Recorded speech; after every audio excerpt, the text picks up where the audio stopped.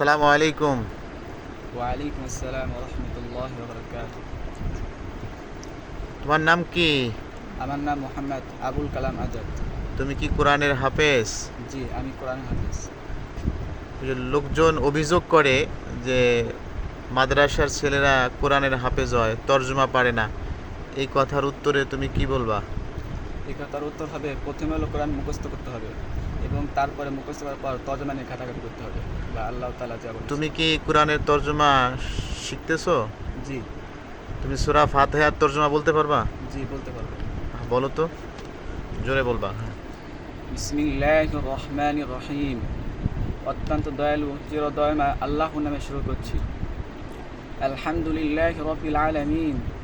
সমস্ত প্রশংসা আল্লাহর জন্য, যিনি বিশ্বজগতের প্রতিপালক। আর রহমানির রহিম, অত্যন্ত দয়ালু চিরদয়ময়। মালিক ইয়াউমিদ্দিন, যিনি বিচার দিবসের প্রতিপালক। ইয়াকা না'বুদু ওয়া ইয়াকা নাস্তাঈন, আমরা আপনার ইবাদত করি এবং আপনার কাছে সাহায্য প্রার্থনা করি। ইহদিনাস সিরাতাল মুস্তাকিম, আপনি আমাদের সরল পথ প্রদর্শন করুন।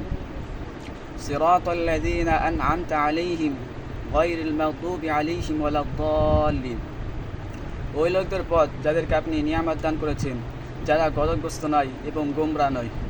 মাশাআল্লাহ।